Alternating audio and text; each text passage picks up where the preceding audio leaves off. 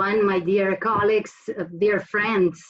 So good to be with you again, even though virtually. Please allow me just a few introductory words before we go to the real stars, to the speakers, and of course to you who are now facing this sudden situation on the fields out there.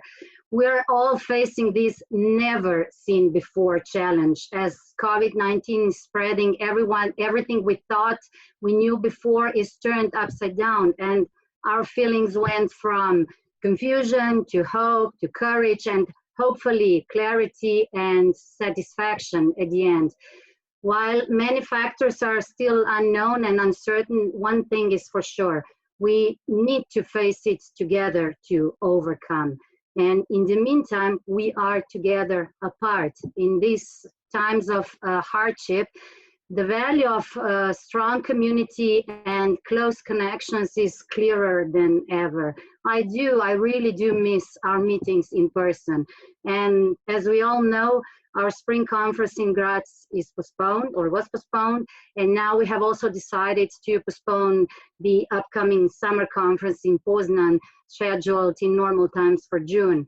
But during the last few weeks, the board has been brainstorming on new ways how to meet, on how to keep sharing our experiences, how to seek inspiration, how to support each other, because all of this is the core of ECM and will be the key to pull through this crisis together. And we are resilient. Last summer, we adopted our new ECM strategy, Tomorrow, Today. And this is actually our pledge to the members to help in any way, to prepare today for what will come tomorrow. And this is what we are actually doing right now, working towards new tomorrow and stay positive today.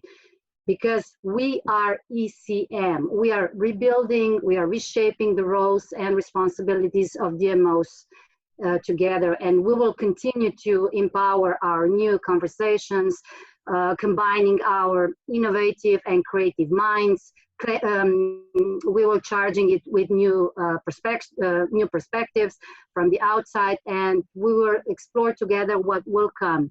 So we have put already together a series of tools to support each other. We have implemented service. We made a specific dashboard where you can share or get inspirations from other destinations, from other colleagues. And I strongly invite you to use or to make use of these channels or these tools.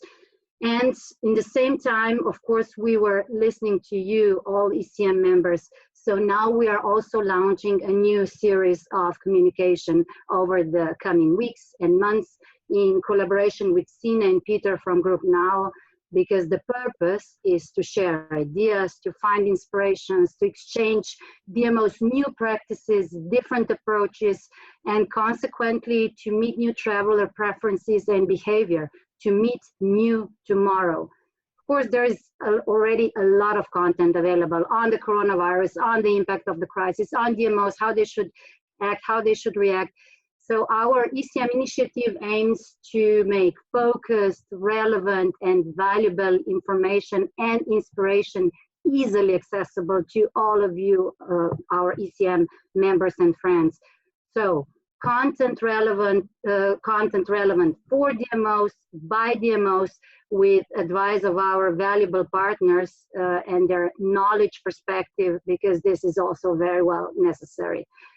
So, welcome to this first ECM webinar ever. We are ECM pioneers now.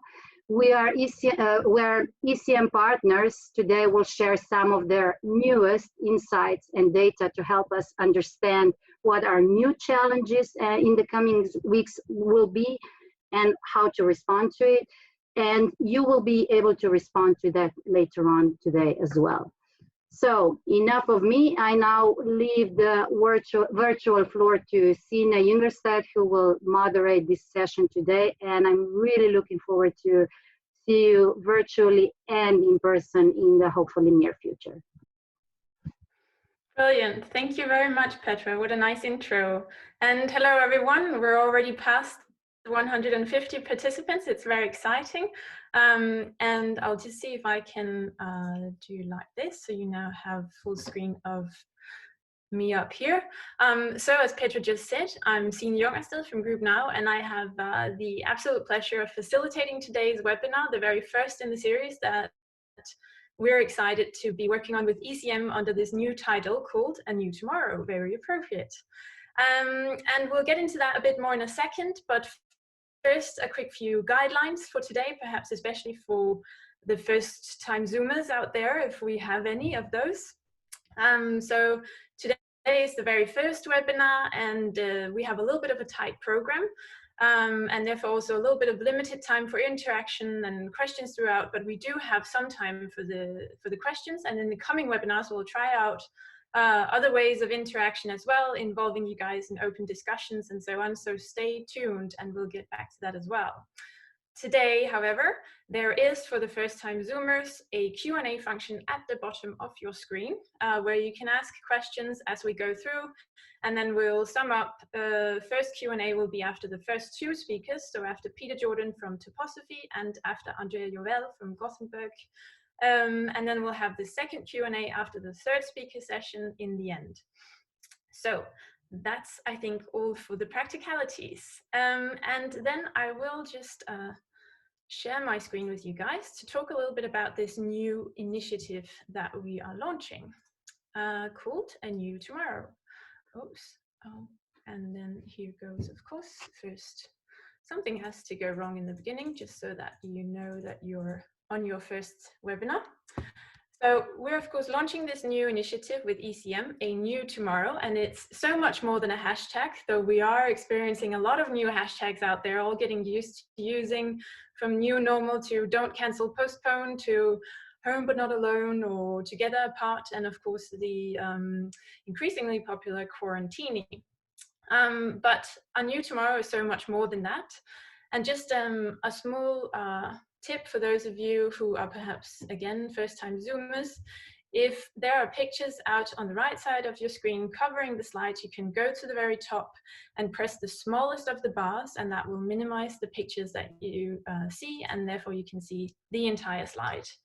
And so, of course, talking about a new tomorrow, we're talking about a future. We're reimagining what's going to happen in a post-corona world. How will it look like, and how do we position, how do we work, how do we adapt to fit that new normal, that new reality? But in the coming weeks with this A New Tomorrow, we will be exploring sort of different levels of tomorrow, because we do have a different sort of, we have different aspects of the tomorrow that we need to understand. And so, oops, here we go. Still getting used to this. So of course, in terms of, for example, marketing message, well, there's the urgent now, the situation that we're all in.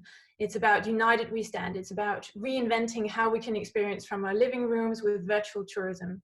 But in the immediate tomorrow, it will also be about supporting local, about staycation, encouraging consumption in your local communities. And then there's the new tomorrow, the one that comes beyond that, the one where we sort of landed in a new normal and will welcome back tourism as we perhaps didn't know it.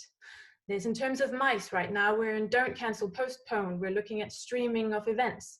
But tomorrow we need to build new pipelines. We need to look at new meetings and events design. And the new tomorrow beyond that will be, how do we reinvent sustainable meetings, but also safe meetings where people feel comfortable coming to a new normal of networking. And then there's business development. Today it's hack the crisis, but tomorrow it's post-corona behavioral designs, and it's smart tourism strikes again. And the culture and the city. Today it's urgently about saving your city. Tomorrow it will be about using your city, staycation promotion. And the new tomorrow will be new audiences, new experiences and products. So this was just to say that there will both be sort of the immediate tomorrow, and then the a little bit further ahead new tomorrow in the A New Tomorrow initiative that we're now doing over the coming weeks and months. And what is this A New Tomorrow communication initiative all about? Well, there are sort of 4 overall parts of it. There are webinars. Welcome to the first one. And in those webinars, we will be looking at new data and insights. We have some for you today. We'll have expert and partner speakers as well. We have some today. We'll also have some of the knowledge groups here. We'll have open discussions, as I started by saying, and we'll have practice sharing as well between members. We'll also have news bulletins where we send out partner and guest articles, again, new data and insights. We'll also have new practice. And it's on purpose, of course, that we didn't call this best practice, because we're all in a new situation. So to be fair, we don't know what best practice is, but we do know what inspiring new practice will be. And so we will be sharing when we see some of the members doing new things that we think others will find inspiring within themes of the DMO role, the market shift, might reimagined, etc. We'll have a long thinkers panel where we imagine a post-corona world in bite-sized scenarios with people who have curly, imaginative and expert insights. It could be imagining the future of hotel lobbies, the future of sustainability, and many more. And finally, we'll have a bit of surprises for you as part of this initiative with new formats explored, active involvement, and where we can deep dive into some more topics. Our first speaker of this very first webinar is going to Peter Jordan, Head of Strategy with Toposophy. And Toposophy is right now finalizing a report in collaboration with ECM, which is looking into business continuation for DMOs. So that's basically what activities can and perhaps should DMOs be looking into at the moment to both sustain, maintain, but also develop their relevance to the local community. So Peter, I will leave this virtual floor to you for a bit. Thank you very much, Signe. Just want to check first of all, everyone can hear. You can hear me okay? Yes. Perfect. Okay, excellent. So I'm now going to turn off my video and I'm going to share my screen with you so that you can see my presentation slides for this afternoon. And here we go. Okay, so let me just give you a little introduction. First of all, delightful to be with you all this afternoon.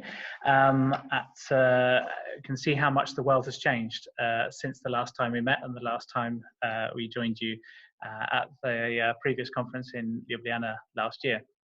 But here we are, and the show must go on, as they say. I'm sure many of you recognize me, perhaps recognize the voice. I'm Head of Strategy with Toposophy, placemaking and marketing agency, and I'm speaking to you this afternoon from Amsterdam. Now, cast your mind back to 2017, and back, well, it seems like a very, very long time ago now, and we actually produced the ECM manifest on the future of DMOs. And the subject that we put at the end of that manifest, for those of you who remember it, was about the new normal. And to be honest, that really tends to mean it's a subject which many of us find difficult to talk about, but it was the new normal that many of us have been dealing with for some time now. The issues like terrorist attacks and obviously extreme weather, the impact of climate change. And I suppose none of us really ever expected to be tested by something like this. But there was a phrase that we used to talk about this, and this was, at the opening we said, crisis really may be out of your control, but your response to them is not. And that's something which we're here to talk about this afternoon. We're here to talk about our role and to talk about perhaps in ways in which we can be proactive for our colleagues, proactive for our city partners, and those around us. So with that in mind, before I go into talking about some of the practical side of this, I think it's important to bear in mind some of the, perhaps give a bit of an analysis of where we are today. What I'm not going to do is to share with you 3 scenarios and then pick one and hope that that's where we end up. Instead, what I thought it would be useful to do is talk about some of the milestones that we need to pass on the road to renewal and recovery. Because the fact is, as we've seen around the world, the restrictions, the public health measures, and also the economic support measures have been very different around the world. They've changed from country to country. They've been imposed at different times. And I think that gives us quite an interesting view on how uneven and how stop-start the recovery is going to be. So this is a graph then that we've adapted from the World Health Organization, and we've adapted it for the travel industry. Now, what this graph does not show is recovery. And it's also not showing growth, not an upward trend.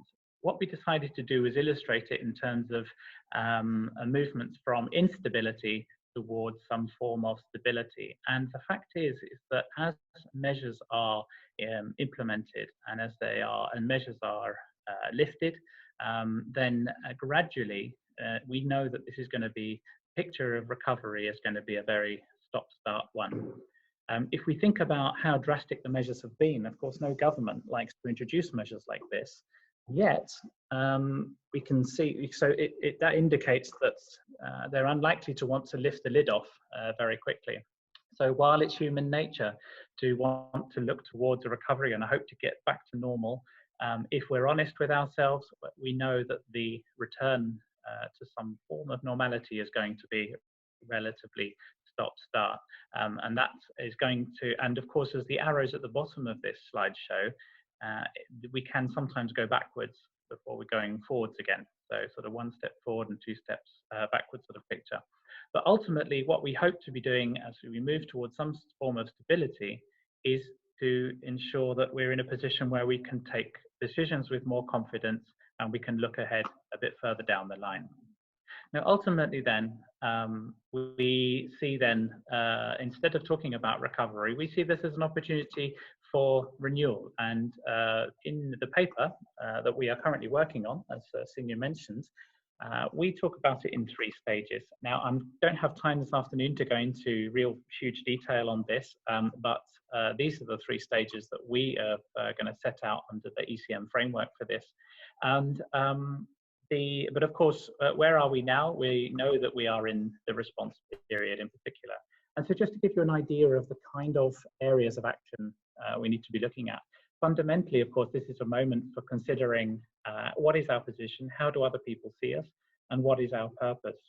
And I think undoubtedly people are looking to us as in DMOs as a voice of authority. They're looking for a sense of leadership and certainly a sense of continuity, as well as, of course, some vision. So, you know, of course, I'm sure as many of you have been doing, the time now is to ask, what do our different audiences need most from us and what can we do to deliver on that?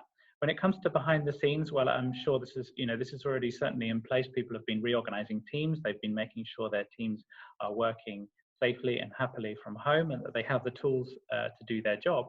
But then, you know, when we look at things like communications, you know, there is a series of broad principles we need to consider, like, you know, making sure that we have a regular flow of information, that the sources we're using are trusted, and also crucially that we're giving instructions of what we want people to do, whether that is to stay at home or obviously to adopt the public health measures. But then increasingly, as we move towards some kind of community engagement, community support, you know, how we want people to behave. People are looking for clear and honest instructions here. So of course we have communications to different audiences. Community support is something which we'd like to focus on a bit more today, and the speaker after me will be going into more depth on that. But just a quick word also about something like research and strategy. This is an area where, for example, you know, we want our research teams to be acting as our eyes and our ears. That's what they do all year round, and it's never been more important as now to make sure that they're subscribed to getting all the official updates, to make sure that they're updating us internally, and that they're able to update our partners with trusted sources and trusted information. So that's just to give you a few examples there on the type of response measures we'll be taking, and we'll set that out in more detail in the paper that we'll be issuing very shortly. So just wanted to go into a bit more focus on one of those areas that I mentioned, and that is the area of community support and engagement. And this is something which we see very much as a trend that's been accelerated. Now, when we talk about the reactions of the market, the reactions of consumers, and how the industry will react to this whole episode around COVID-19, of course, there have been some profound changes in the way we live our lives from one day to the next. But in many respects, you know, our research has showed us on the whole that this is an opportunity to extend. This whole episode has accelerated a huge range of trends in particular. What do I mean by that? Well, of course, community support and engagement was something that we were doing increasingly anyway. Those of you who've attended ECM events over the years, this is not a new theme, and this is something which was always necessary. It was obviously a theme that was connected with tourism growth, our purpose, making sure that we channel visitor spending more to the benefit of our local communities. Well, here we are. And as we mentioned at the beginning, as Petra mentioned at the beginning of this presentation, now is our opportunity being handed to us on a plate. And now is the time to be proactive. So, as I said, we were born to do it. It's definitely a task that plays to our strengths because we know nobody knows our local areas like we do. Nobody cares for them as much as we do. So we feel then, this is an extraordinary opportunity to motivate people and, of course, to coordinate efforts. So, as I said, I think it's perhaps important that we take confidence in what we're doing because, DMOs, we do have the network and contacts. We do know people. People still look to us for authority and for a sense of leadership and purpose. We're often the custodians of the identity, at least the brand identity. And of course, we do have a huge amount of pride and local knowledge in what we're doing, as well as a certain degree of influence through our communication channels. So when we think about why us, what can we do here, it is worth bearing in mind, perhaps taking a step back and looking at our organization in that respect. So here we've just made a quick roundup of some of the initiatives that we've seen already, DMOs taking forward around Europe. It's been extraordinary, all kinds of different innovation, different innovative approaches here. Whether that is to coordinating local initiatives around volunteering or certainly relaying the information around that, mobilizing the hospitality sector, which has been quite incredibly heartwarming to see how the hospitality sector in many cities has reacted, whether that's by donating beds or opening hotel spaces for key workers, such as nurses, doctors, etc. And then, for example, we even have assets. We don't always have a lot of money, that's true, but we often have things like vehicles, we have space, and we have perhaps some of the resources and raw materials to help out our local community. I just wanted to take a quick final mention of the final point here, because this is already some interesting work around GoFundMe campaigns for small businesses and artisans, etc. Because perhaps one of the sad consequences, if we're not careful of this, is that this episode could knock out some of our supply in our cities and some of the people who were making them most attractive and perhaps bringing some of those unique aspects that visitors appreciated most. So some destinations already have recognized this and have started quickly setting up campaigns to try and ensure that they support local businesses and support local creatives. And I think that ties in very nicely with our next speaker. So just a final word from me then this afternoon, and that's just to mention that next week we can expect to see our business continuity checklist. It's our paper that we'll be working on this year, very timely, with European cities marketing. It'll include a huge amount more detailed information than what I've been able to present this afternoon. I do hope you find it useful. And as a final mention, of course, we're very happy to help you whichever stage of the process that you're at. It's been a pleasure to be able to share this with you this afternoon, and we hope that we'll be connecting again digitally, if not in person, very soon. So I'm going to hand back now to Signe, and just hope that we're all in place now. Yes. Let me just check. Perfect. Okay. Well, thank you very much. Brilliant. And I'll hand over to you then, Signe. Thank you very much. Very interesting. And I think we're very pleased to be able to welcome Andrea Jovell from Gothenburg, Göteborg and Co., who is the head of marketing and communications with Gothenburg. They launched initiatives actually in support of local businesses, but also in empowering the innovation of local communities in response to this crisis. So Andrea, I'm going to leave this virtual floor to you. Thank you. Thank you, Signe, and thank you everyone for inviting us here in this wonderful, beautiful network, ECM. It's so great to be together with colleagues, and I think even though we're digital, we can still learn a lot from each other. So I will try to go through the slides with you guys. So I will just load up the pictures from Göteborg by sharing my screen.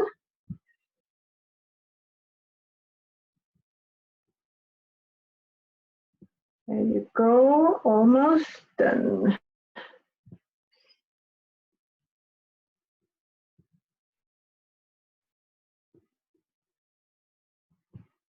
All righty. Everything is okay? You can hear me? Yes, everything looks good. Great. Okay, so Gothenburg, this second town of Sweden, second largest town, about 1 million people in larger Gothenburg, about 5.1 million guest nights last year. We know it is a beloved destination with its archipelago, and even though it's extremely uncertain times, we are trying to look forward while we are working in a sort of a now. For 4 years in a row, Gothenburg has, through Global Destination Sustainability Index, ranked as #1, so the world leader of being a sustainable destination. We are, of course, very happy, and especially the people working within hotels, restaurants, all the activities, whatever, municipality, are mostly into sustainability, and this is something that we really would like to continue working with further on. Last year, we turned out to become the capital of smart tourism together with Malaga, and it's the European Commission that chose Gothenburg. Last year was Helsinki, and so we could say that Gothenburg has been a pretty successful destination. I would like to talk to you about 2 initiatives that we have been working with after everything changed. You know, it's only a couple of weeks. So we have had to sort of reorganize the way that we are working and our focus. And it all has to do with the virus. And I'm so glad that we could hear other speakers talk about some hope and futures, because that is also what our partners are telling us. Please look forward. We can do a lot of the work that we need to during these days, and you need to look forward and talk hopefully to us and with us.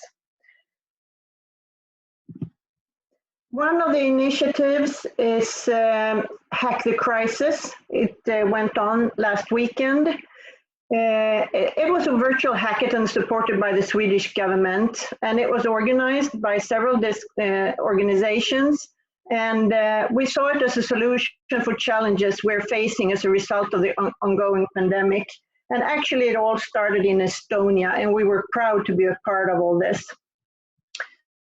And our Minister of Digitalizations also said it is imperative that we mobilize all good forces there is to meet the challenges society faces right now. So we're sort of spreading the area that we as a DMO work with, and includes several more than hospitality business.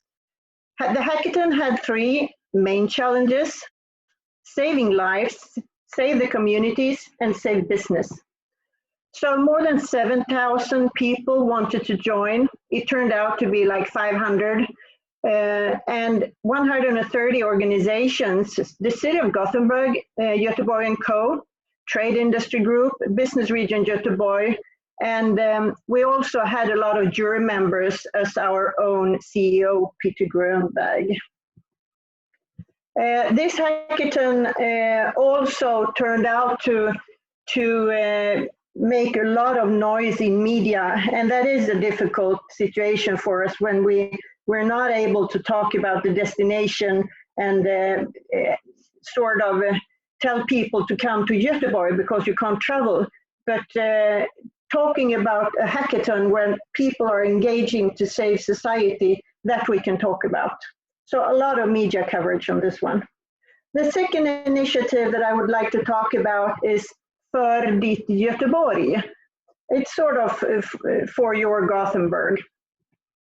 So I'd like you guys to listen to this manifesto for your favorite shop and the bar where you first met, for the local fishmonger and the cafe where you unwind, for the play you'll always remember and the gift for your best friend, for a getaway in your town and the restaurant where you never want a night. the end, the night to end.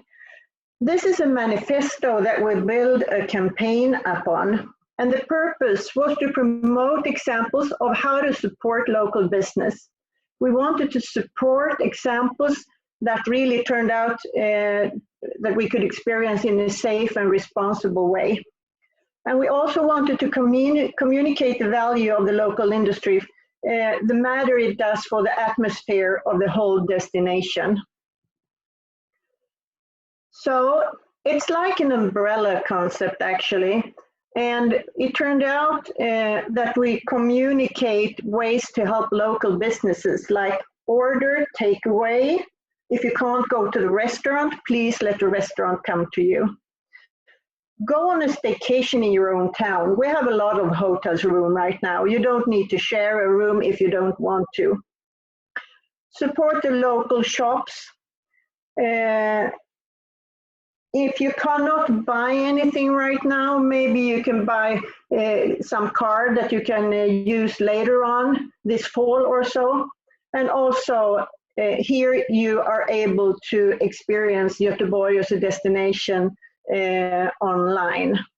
Maybe I should also add that in Sweden we did not have we are still able to walk around on the streets, but a lot of people are working from home, and that makes a great loss for restaurants and so on. When people usually go and buy their lunch, they don't do that any longer for the moment. So this is För ditt Göteborg on the website, göteborg.com. And we also put ads up on town, and they said together we support the local business. And also that you could read more at göteborg.com för ditt Göteborg and a hashtag. So it ends up that we don't arrange all the stuff that is going on town, but we can put it together, we can talk about it, and we can show examples, sort of trying to inspire more people to do even more. We produced some films, long and short versions, and a long version is about 26 seconds and the short ones around 6 seconds. So some engagement, more sessions than the homepage, and also the reactions from social media. This is warm and welcoming and very few negative comments. Some negatives, but extremely few. So we are trying to listening meanwhile we are working. And maybe we could also ask ourselves, what have we learned during these weeks, crazy weeks actually? If we should sort of just stop for a second and breathe for a while and look back and try to remember what happened, what has happened actually, and what is going on. Well, so far we have done some learnings. We have learned that it is possible to listen and communicate at the same time. It is possible to follow the strategy and still dance to the global sound, that we cannot alone try to communicate in further steps that Peter was showing us, these steps that we need to take. And I found it very interesting and great to see that we're all thinking and trying to figure out ways how to work this out. You were talking about, Peter, he was talking about several phases, and I do agree to that. We have also learned that taking action is worth a lot, that partners appreciate that we are doing something and not waiting. We have also learned that the importance of using all the channels of the destination and also the corporate channels, more like the company channels, to communicate whatever there is and keep the communication going, not waiting and taking action later, but taking action now, even though it may not be totally perfect. So yes, that was all from me and Gothenburg this time. Thank you guys, and over to you, Signe. Thank you, Andrea. Very interesting. And we should have both Andrea and Peter there. Yes, perfect. And thank you very much, both of you. Very interesting presentations, and I think also very, very relevant. I liked your point also, Andrea, about not necessarily it being you who are doing all the activities, but making use of the channels you have to share, which also goes a little bit back to what you were saying, Peter, about really making use of the channels that the DMOs have. So we have some questions coming in now in the Q&A function for you guys. And there's a question here from Sandra. I think it's for Andrea, but Peter, if you want to answer, feel free. The question is, how do you plan to organize guided tours to recovery after the coronavirus emergency? We've started to make a memorandum of understanding with the Guides Association. Do you have any plans in terms of guided tours in Gothenburg, Andrea? We do have a lot of guided tours in normal. Right now, we don't have any guided tours, but the digital ones. And it's not the DMO that have, we haven't done that guided tour, but one of another part of the city has made it. And we are promoting it, of course. So you are able to make your own guided tours through the city. And what will happen after this, we are talking to the guides and communicating with the guides all the time. I mean, we have a lot of cruise ships coming in normally. Now we have no cruise ship coming in. And we really need to sort of focus from day till day. And what will turn out according to guiding in the city, I'm not sure. I know the shops really wants us to make some buzz around just walking through the city, because the shops and the restaurants and hotels, of course, needs people out there. So that is what we're trying to do. We can promote the city even though you don't plan to go into a restaurant or so. Just be there. Thank you. Okay, and there's another question. Something as maybe a small reaction actually to something Andrea said there, which I found it's just a reflection that I've had in the last couple of weeks. It's helping us think a lot more about our places and the fact that what are our cities when you take away the people and when you take away the bars, the restaurant, the shops, and things like that. Now, it's I suppose these are all elements that we kind of took for granted before, but when we think about placemaking and what genuinely brings a city to life, of course, it's the people and the commerce, but when you take them away, it also helps you see I suppose the beauty of the city for what it is. Something I've found here in Amsterdam of an evening is people have been going out for a bit of a walk in the evening and actually kind of taking advantage of the fact it's quite calm. But I think that that's also one kind of pause for reflection. Now we've perhaps all got a bit more time to think about these things. But yeah, please. Yeah.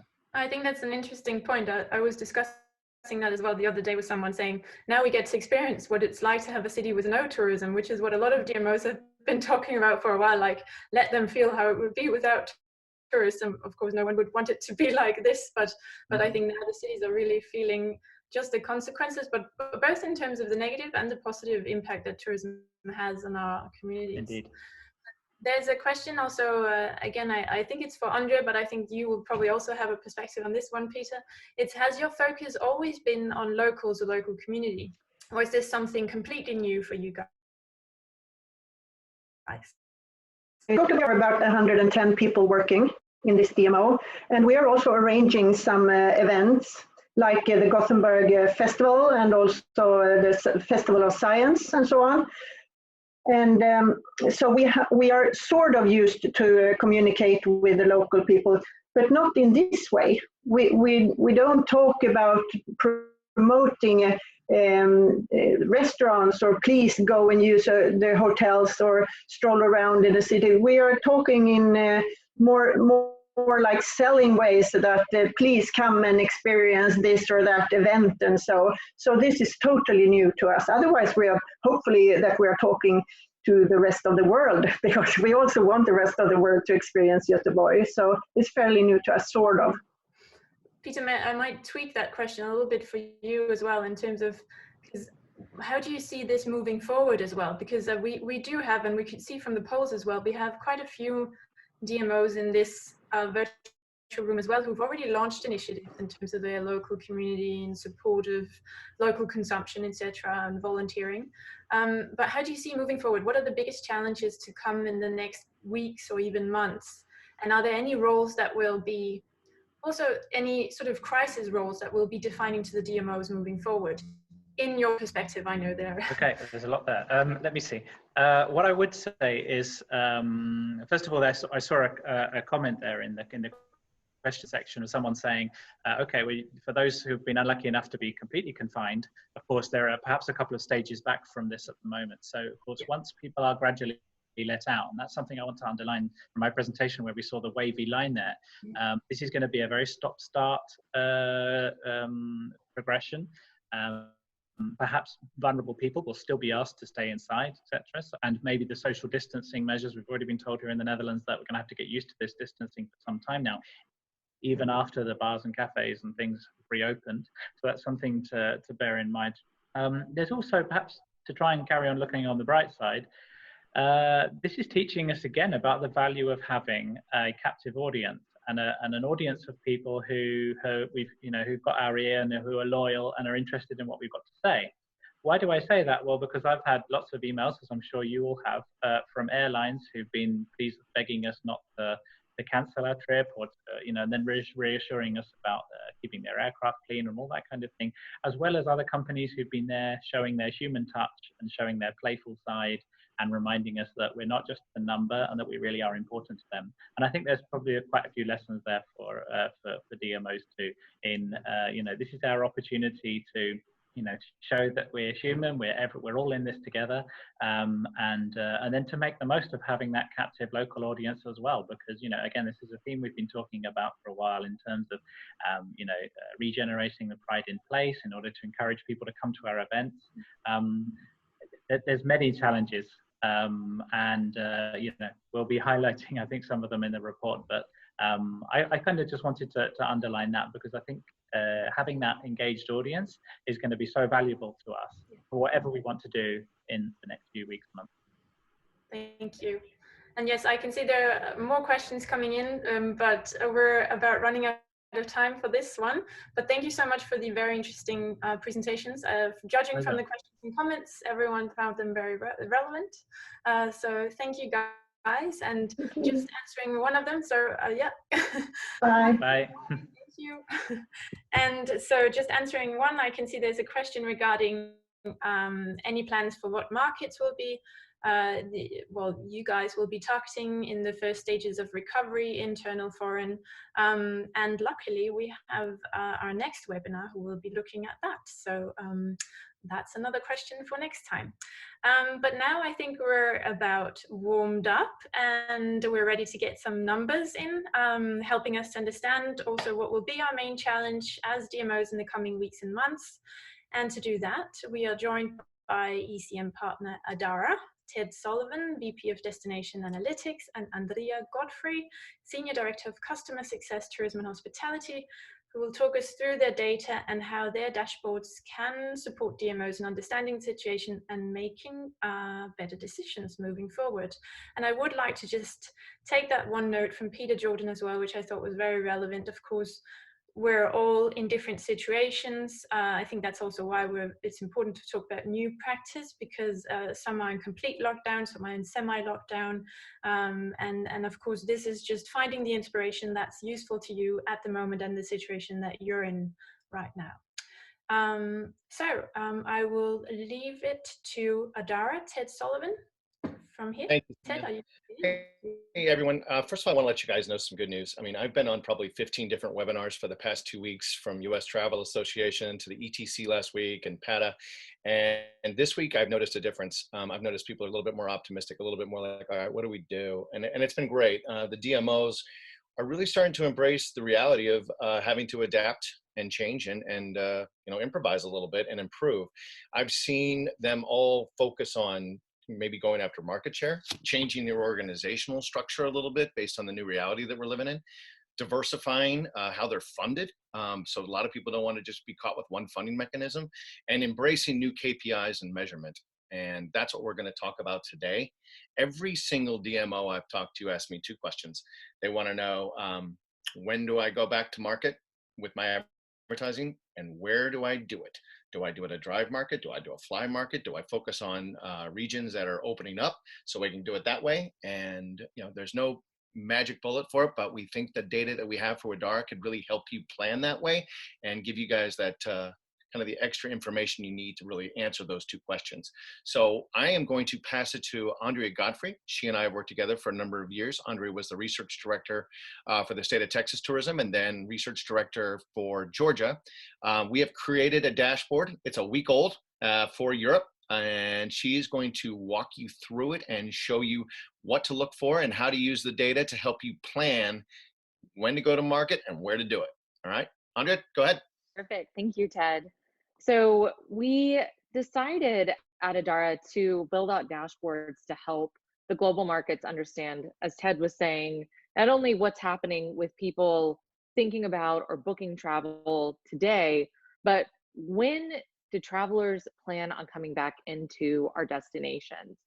And so that's exactly what we did here.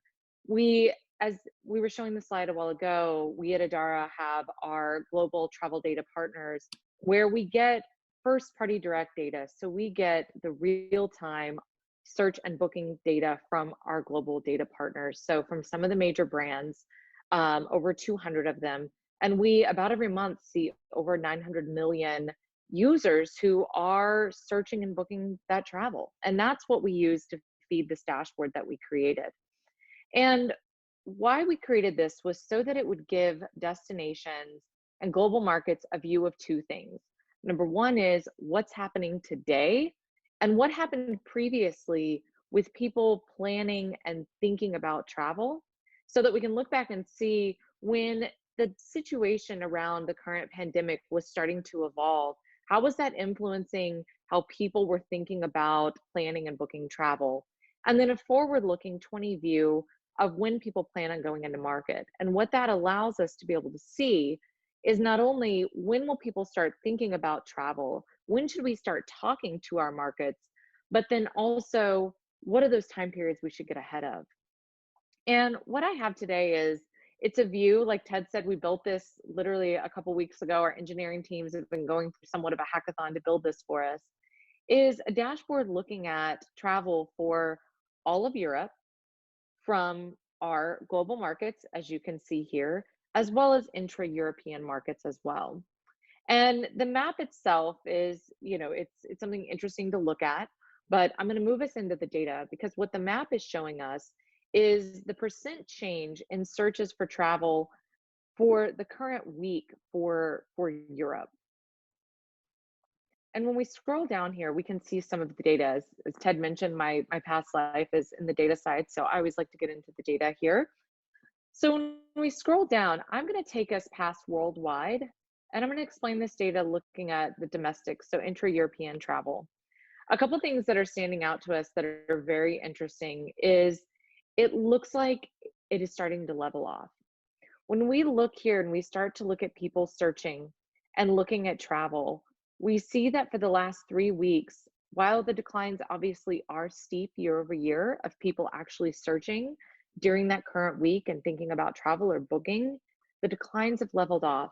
And what I see here that's even more interesting is that when we look back at prior weeks dating back to early February, people were still making those travel plans. And so for that, when we think about us as destinations, has real opportunity to say, people, when the news starts getting better, when the tide starts really shifting, when we start flattening that curve, people are going to start thinking about travel again if we look at what the prior behavior's been. Andrea, could you explain the purple line and the pink lines and just kind of what those both represent quickly? Perfect. Yeah. So I would recommend that we, especially for the 20-week forecast, ignore this purple line. Purple line is the actual volumes, and the pink line is showing us the year-over-year change. So for example, when we're looking at the historics, Ted, when we're looking at the purple line, it's going to trend pretty on par with what we're seeing for the percent change, because that really, we had some steep declines, especially the last month. But when we look ahead to the 20-week forecast, the purple line, if we were to look at that, is showing some false declines. Because of course, as we know, people aren't planning and searching for the most part weeks and months in advance, especially when we're talking about intra-European, so domestic travel. We're really looking at a lead time that's a bit shorter. So of course, as we look out for 20 weeks, the absolute volumes are going to look lower.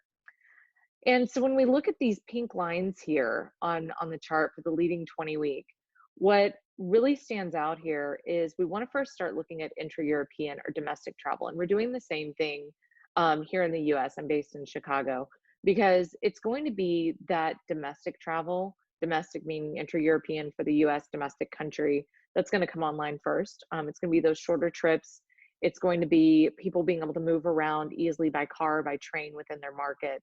And that's going to hit first. And so or come online first. So I'm going to look at domestic for us. Is what's very interesting is when we look consistently week over week, we start to see the rates of decline soften here for that first week of June.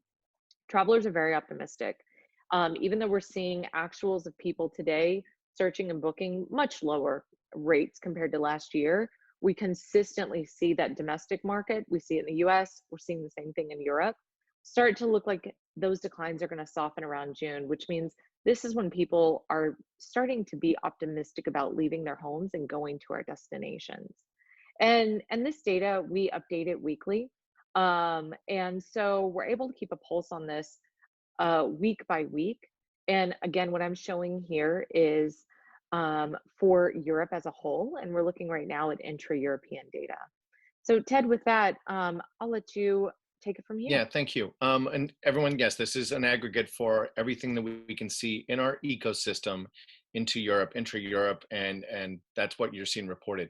If somebody would like to see if Amsterdam or London or one of the cities is like, could you please maybe poll my particular city, we could do that. There's no way we could add every city to this dashboard, so we thought we would just put this on, send you this weekly report to let you know, here's what the global intent of searches and booking into Europe is, to simplify it so you can start seeing some trends here. And if you go up, yeah, that'll at least give you what countries.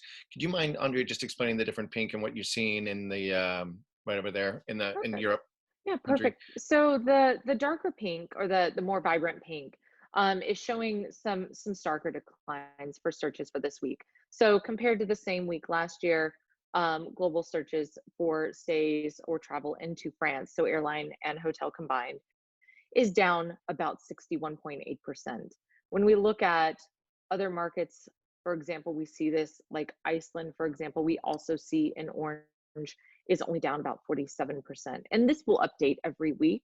And what's very interesting is that when we start looking, we were looking at this back several weeks ago when we were building this dashboard, is when we were seeing countries starting to move into those shutdowns, that's where we were starting to see kind of the inflection points. And so as we start to see countries come off of those, as the curves start to flatten, we'll expect, based on historics, to see more orange coming onto the map and those declines looking a little softer. And that's all we have. The only last thing I want to do is let you all know some other good news. I've been looking at search and booking intent from North America into Europe, and we're seeing the length of stay on flights and hotels increase 25 to 30%, because so many people are not using that vacation time now. When they are finally able to come to Europe, they're going to stay longer. And so that's also good to know as well. So yeah, that's what we have. I think we're trying to stay on time here. Yeah, that's perfect. Very good timing. Thank you guys, very interesting. We did have one question come in here, which is data related, but it does tap into your perhaps knowledge of airlines and transport companies. They're asking if the companies are taking any new hygienist or sanitary measures to gain back confidence from travelers, avoiding long queues, double efforts to clean equipments and seats, implement quota, etc. Is that anything that you guys have knowledge of or have heard of already? Sarah Pastor from our company, if she wants to chime in as well. Yes, the queues haven't really been a problem right now, so that's not there. But yes, every one of our airline partners is constantly sending us their updates of what they're doing for cleanliness, how they're cleaning the planes after every single flight, all the bathrooms and whatnot. They're encouraging different kinds of travel. The hotels consistently doing that. You saw a spike in hotel searches there. Well, once the hotels started releasing their restrictions and saying you can cancel at any time, we saw huge interest go up in hotels. So they're trying to do what they are was safe, and in terms of cleanliness, big time, but also reducing all restrictions to get people back. Seeing that quite a bit. Brilliant. Well, thank you, Ted. All right, well, that's actually time up. We have like 30 seconds left, and I can see that people are also starting to leave the virtual room here. Everyone has somewhere to go. So I just want to say that, of course, we'll do our best to also answer all the questions coming in. Next time around, we'll also make sure that we have speakers answering in written what we can't do here. And yeah, so that's it for our first webinar, and we want to thank you guys so much for joining. We hope you'll stay tuned and join us for the next time, which will be on April 22nd, with the theme of tourism in the aftermath, including market shifts and, for example, also all this talk of staycation. Also, please help us make the coming webinars and the other initiatives even better and the most relevant that they can be to you in your current situations by filling out the evaluation survey that you'll receive very shortly.